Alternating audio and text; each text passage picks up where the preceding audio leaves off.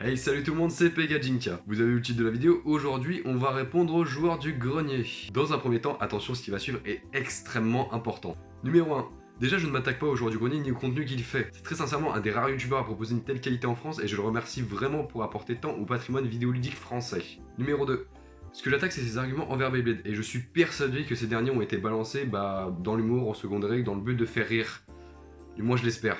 Numéro 3. C'est plus les gens qui utilisent vraiment ces arguments et qui ne réfléchissent pas par eux-mêmes que je vise ici. Maintenant que tout cela est mis au clair, on peut commencer. Et oui, je me suis pas rasé, j'ai un bouton sur le nez et je suis chez Tsuna. On peut passer à autre chose? Alors du coup, me voici sur mon fabuleux ordinateur pour analyser la vidéo Joueur du grenier, dessin animé basé sur des jouets. Du moins, une partie, parce qu'on va analyser le fragment qui concerne Beyblade et le reste, on s'en fout un peu à vrai dire. Du coup, on va directement commencer à cet instant. Imaginez pour un commercial, mais c'est le rêve, les enfants se réunissent tous les jours d'eux-mêmes pour voir une pub de 20 minutes. Concernant l'argument d'une pub de 20 minutes, je le laisse de côté pour le moment pour une vidéo qui va faire écho à celle-ci qui s'appellera Beyblade, un manga commercial. J'en dis pas plus pour le moment, on continue. Et maintenant, ça existe toujours, hein, Pokémon pour les jeux vidéo ou Beyblade. Et justement, on va commencer par ça, alors c'est parti, Hyper Vitesse!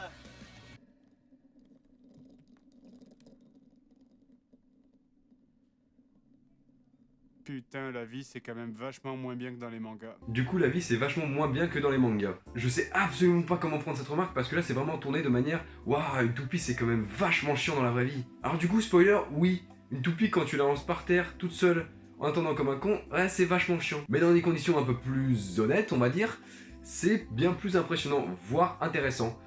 On va continuer parce qu'il y a bien pire après.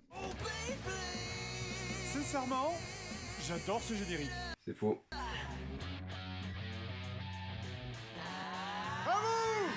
Dépense! Consomme! Achète! T'emmerdes! Beyblade sorti en 2001, l'exemple parfait du truc créé uniquement pour te faire cracher ta thune. Beyblade, l'exemple parfait du truc pour te faire cracher de la thune. Alors mon cher Fred, j'ai envie de te dire, un peu comme tout dans ce monde, là sincèrement dans la suite de ta vidéo, je m'attends à ce que tu me dises que l'eau ça mouille. À la base, Beyblade, si vous vous en souvenez pas, rappelez-vous.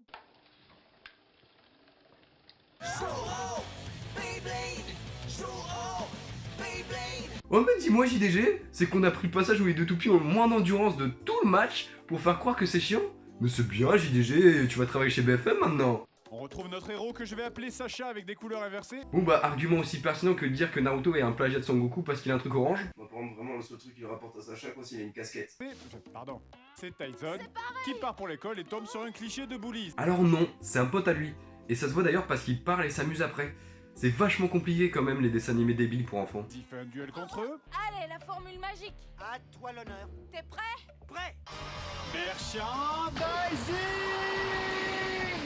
Hyper vitesse! Non, j'y étais presque. Alors déjà ce qu'il faut savoir c'est qu'on est sur une putain de VF qui a traduit un terme anglais, qui a lui-même traduit un terme anglais venant du japonais qui est Go Shoot, qui est déjà un peu plus cohérent que hyper vitesse. Et pour hyper vitesse, je vais laisser mon ami à la mèche rouge t'expliquer la raison. 3, 2, 1, hyper dangereux. Tu trouves ça ridicule, non, quand les joueurs ils font... Hyper vitesse! Si on dit ça, c'est parce que les toupies Beyblade, elles tournent vite. Mais est-ce que vous êtes au courant que les toupies Beyblade peuvent aller à une vitesse de psychopathe? Tu prends une moto et tu prends une voiture, tu les fais aller à 200 km/h. Les roues d'une moto lancées à cette vitesse font 3000 tours par minute. Et une voiture 6000 tours par minute parce qu'en fait elle a des plus petits trous. Et une Beyblade lancée à fond par un adulte de corpulence moyenne peut aller jusqu'à 5-6 000 tours par minute. Non mais bien de vérifier tes sources quand même. On va y revenir sur cet argument des sources.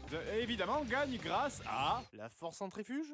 Oui, c'est vrai. Mais c'est Le surtout plus important, c'est le temps que tu passes à t'entraîner, à perfectionner tes stratégies. s'entraîner à quoi?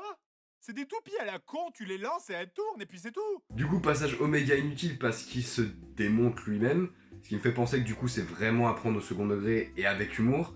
Ce qu'il mentionne pas par contre, c'est que les toupies sont customisables entre elles, ce qui apporte un aspect stratégique bien supérieur à ce qu'on pourrait y penser à juste lancer des toupies de manière différente. Après, évidemment, schéma classique, le héros gagne contre les bullies et ça c'est à chaque saison. Je veux dire, regardez le premier épisode de la saison 1, maintenant le premier épisode de la saison 2. Alors non, c'est pas la saison 2, c'est la saga numéro 2.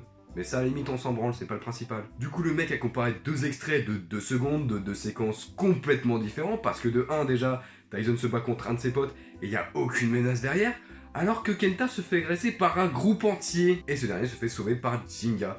Outre le rebond sur le ventre du mec, les 2 séquences n'ont absolument rien à voir. Non mais vraiment, niveau des informations et mensonges du montage, je trouve qu'il n'y a pas pire. Et bon, je sais que c'est un cliché de manga, mais... Ah, je déteste ce truc des méchants qui s'enfuient en courant quand ils viennent de perdre aux cartes ou à la toupie. Alors du coup, pour Yu-Gi-Oh, je sais pas parce que j'ai pas regardé tout simplement, mais dans Beyblade...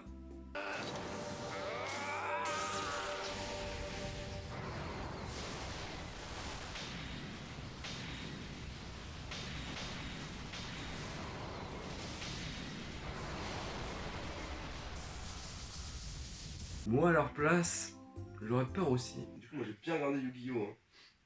Du coup, ça casse bien des âmes avec les puzzles du Millennium quand même. Hein. Le coma, lourd. Hein. Après, bon, c'est vrai, cette série reprend les clichés des animés de sport et de combat. Mais là, c'est des toupies. C'est débile. Mais t'es pas blessé?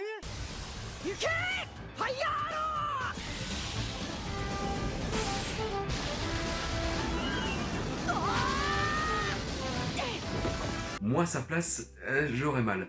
Mais encore une fois, extrait choisi à l'avance, mauvaise foi, etc. Bref, après avoir gagné, on retrouve Grishka Bogdanov avec un autre cliché de manga, le nerd à lunettes, qui perd à un duel de toupie. Mais finalement, le héros réussit à gagner parce qu'il s'est entraîné toute la nuit en sautant en l'air comme un con pour gagner de l'élan quand il lance sa toupie. Encore une fois, il a passé toute la partie où on explique que le héros doit multiplier sa vitesse de rotation par 4, avec tous les entraînements et les réflexions qui suivent derrière. Mais oui, factuellement, il saute comme un con pour faire accélérer sa toupie. Et factuellement, Vegeta fait boum boum gros laser avec Sangoku. Une fois que l'on multiplie l'effet du double lanceur par celui de la technique de lancer de Tyson, on arrive à une vitesse de rotation 4 fois supérieure à celle d'une toupie normale. Ah non, je suis de mauvaise foi, il a même appelé y penser pour expliquer. Ah, c'est bon, on s'en fout en fait. On voulait juste avoir un camion avec toi parce que tout le monde l'a fait. Alors bon, voilà, sauf nous. Alors... Ah, bah une autre fois visiblement. Après la victoire de Tyson, notre personnage arrive, en toute simplicité évidemment. Oh putain, ils m'ont enfin vu. Ça fait 15 minutes que j'attends en prenant cette pause. Oui, bah si vous voulez des mangas et des animés pas impressionnants, vous matez la vraie vie, puis c'est très bien. C'est même pas un argument, putain. Bref, blablabla, sort ta toupie, oh là, le héros perd une première fois contre le méchant. Il y a une putain d'explication sur la toupie de Kai qui se sert de l'élan de celle de Tyson pour bondir en l'air et l'écraser, mais ça à la limite, c'est pas une vidéo Beyblade, donc je peux comprendre qu'il abrège ce passage. Toujours est-il que ça contribue à montrer que Beyblade est un manga reprenant débilement les clichés des autres animes. Puis il s'entraîne, puis il va de nouveau se battre contre lui. Puis, putain de merde, arrêtez de parler à vos toupies! Du coup, dans Beyblade, les toupies sont habitées par des esprits, mais on abrège, il va reparler de ça juste après en fait. Bah oui, forcément, ça c'est un truc que vous avez piqué à Pokémon, mais Pokémon ça marche, ils ont un cerveau et des oreilles, c'est des animaux! Mais Beyblade aussi, bordel. Bref, on continue. Bref, finalement, le héros réussit à gagner grâce au dragon dans sa toupie avant de se faire chasser par la bande de méchants hors de leur repère.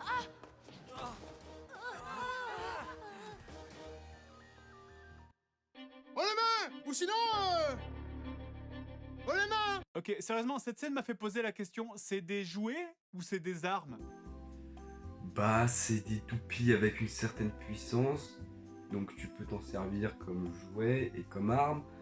C'est comme un couteau, tu peux planter quelqu'un, cuisiner avec. C'était si compliqué. Bref, finalement, les héros rentrent chez eux où ils finissent par parler de « Oh mon dieu, il y a un dragon dans sa toupie !» Dans Beyblade, donc, les toupies sont abrités par des esprits qui viennent d'une sorte de tablette. Je vais pas rentrer dans les détails, mais en gros c'est l'or de la série. C'est pas plus débile qu'un esprit qui rentre dans un katana ou un tout autre réceptacle, surtout quand on connaît l'histoire du Japon avec la toupie. Alors oui, avec notre regard occidental ça paraît un peu ridicule, et on m'a souvent dit « Oui, non mais tu sais, le JDG c'est pas sa faute, c'est juste c'est parce qu'il connaît pas ». Et je répondrais que ce n'est pas parce que tu ne connais pas quelque chose que tu es obligé de le juger avec mépris. T'imagines, c'est comme si je te disais « Oh bah la pétagne que c'est un cours de mec bourré qui lance des grosses bouboules !» Alors qu'il y a des mecs qui en font leur vie. Tu peux exploser là. Oh là, c'était dur! Vraiment la pétanque. Oh DJ, tu tires ou tu pointes? Ramène le sifflard, le vin blanc, le pinard, allez hop, Jacqueline, préparons-nous les olives, quoi. Et ça part. Allez hop, c'est ça la pétanque maintenant. Plus rien à foutre.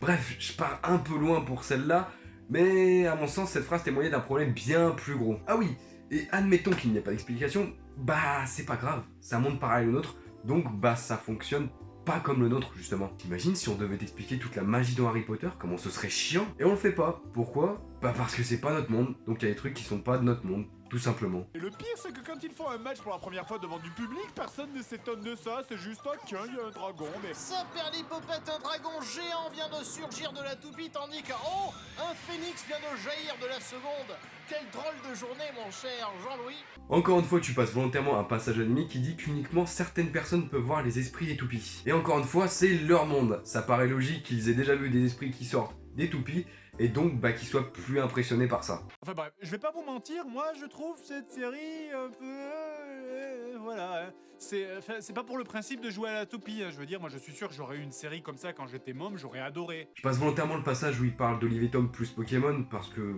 pas vraiment de choses à dire dessus. Et on va s'arrêter sur cette... Cette série finalement ça n'est qu'une fusion entre Pokémon et Olive et Tom et on retrouve les habituels délires de tous les animés sportifs. J'avais déjà du mal à croire dans Olive et Tom que le public se déplaçait par milliers pour voir des poussins jouer. Mais là c'est même plus des joueurs, c'est des toupies minuscules de 3 cm. Le mec là-haut il fait quoi?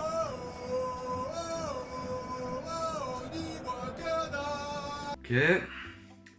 Alors ça, c'est un écran. C'est pas pour les chiens. Non mais parce qu'un joueur de foot c'est tout petit vu d'au-dessus aussi, hein. Là c'est juste con. Du coup concernant cette phrase, bah oui, vous aussi vous avez eu votre époque et votre dessin animé, et qui pour la plupart franchement étaient pas tous ouf. Personnellement sans nostalgie aucune, je considère toujours Beyblade comme bon parce que c'est une série qui me permet de redécouvrir plein d'aspects que je n'avais jamais imaginé auparavant. Le scénario, la mise en scène, les développements de personnages, etc. Mais franchement quand on parle de Dragon Ball qui est le manga intouchable par excellence, qui sort je ne sais combien de jeux vidéo et figurines par année, et qui a un nouveau dessin animé à la qualité franchement discutable, vous pensez réellement qu'on peut dire que Beyblade c'est un manga uniquement fait pour nous faire cracher notre thune? D'ailleurs cette série a subi le même destin que Yu-Gi-Oh avec ses spin-offs de l'enfer, vous savez, jouer aux cartes, sur des motos, tout ça. Regardez cette série, c'est un spin-off de Beyblade, ça s'appelle Bey Wheels, à la place des toupies maintenant on tire des roues. Ah, les neurones ont dû chauffer à l'étage marketing.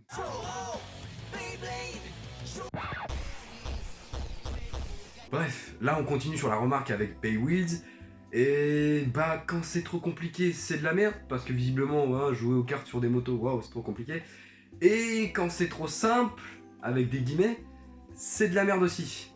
Du coup faut faire quoi? Surtout que Bey Wheels c'est loin d'être on a juste retourné une toupie, il y a différents types de toupies, des nouvelles manières de jouer. C'est pas juste on a pris un copier-coller d'une toupie et on l'a fait tourner à 45 degrés. D'ailleurs, Bey Wheels on aura l'occasion d'en reparler parce que cette série a vraiment beaucoup trop mangé dans sa gueule pour rien. Alors bon, outre le fait que... C'est quoi ces fringues? Pourquoi est-ce que dans les Beyblade et les Yu-Gi-Oh, les champions sont toujours habillés comme ça? Bah lui, ça va. Encore une fois, là c'est un manque d'objectivité et de choisir ces informations absolument flagrant. Parce que sinon je peux dire, oh là là, dans Dragon Ball, les méchants ils changent de forme tous les 2 épisodes. C'est pas un problème intrinsèque à Yu-Gi-Oh ou Beyblade. Bonjour, je suis champion régional de Beyblade, région Poitou-Charentes. Je m'appelle Loïc. En vrai ça c'est vraiment drôle avec la continuité sur l'épisode de Fort Boyard, j'avoue. Comment tu peux faire 500 épisodes sur des toupies? Ça va tourner en rond? Ah! Alors non cher ami, parce qu'une chose que t'as l'air d'avoir un peu du mal à comprendre, c'est que Beyblade innove. Des nouveaux systèmes, des nouveaux personnages, des nouvelles histoires. Bref, c'est comme un manga normal. Putain, ça m'arrache la gorge de dire ça franchement. Beyblade c'est un vrai scénario, des vrais personnages, une vraie histoire, unique à son propre univers. Et c'est ce qui fait que d'abord, bah les gamins accrochent, et que bah après, les adultes, comme moi du coup, continuent. Beyblade ça fait pas moins de 10 ans que j'y consacre toute ma vie, tout mon temps, et tout mon argent, donc tu comprends bien que ça doit pas juste être un jeu de toupie débile. Et c'est au final ce que j'aimerais aborder comme conclusion. Vous avez dû le remarquer, dans cette vidéo j'ai eu un ton plus condescendant et plus méprisant que d'habitude, et bah c'est pas par hasard. Déjà Fred, si tu passes par là, le prends vraiment pas pour toi, parce que je le redis, j'adore ce que tu fais et je doute absolument pas que t'as dit ça juste pour faire rire. Mais dans cette vidéo, il y avait un ton volontairement pris ou non, assez méprisant et une prise de hauteur assez conséquente. Un regard méprisant sur le Beyblade. Et c'est au final pour ça que j'ai pris ce ton que je n'emploie pas aussi souvent d'habitude. Alors oui, j'ai répondu à du mépris par du mépris, c'est pas bien. Mais comprenez que cette vidéo, elle a été vue par beaucoup de monde. Et par conséquent, en tant que fan de Beyblade qu'il montre avec ses vidéos et bah plein d'autres trucs, on entend souvent ces remarques moisies sorties de leur contexte qui à la base étaient, je le rappelle, pour faire rire. Du coup, pour les personnes que je viens de citer et qui aiment le JDG et qui sont arrivées à ce stade de la vidéo du coup, ne méprisez pas Beyblade, apprenez à réfléchir par vous-même et à ne pas sortir des arguments que quelqu'un d'autre a sortis avant vous. Surtout dans un contexte où ils ne doivent définitivement pas être pris au sérieux parce que c'est sincèrement ridicule. Et voilà, c'était ma vidéo pour le JDG. Du coup, comme je l'ai dit auparavant, on va faire une vidéo qui va faire écho à celle-là qui s'appellera Beyblade, un manga commercial, où je vais aborder un peu plus en profondeur le côté commercial justement de Beyblade. Sinon, n'hésitez pas à aller voir Beyblade Espace pour des informations et une communauté active sur le Beyblade en France. C'était Pegajinka, je vous souhaite la bonne vie et à plus les gens. C'est bon, il s'est barré l'autre arabe là. Du coup, Beyblade, hein. Bah, c'est bien de la merde.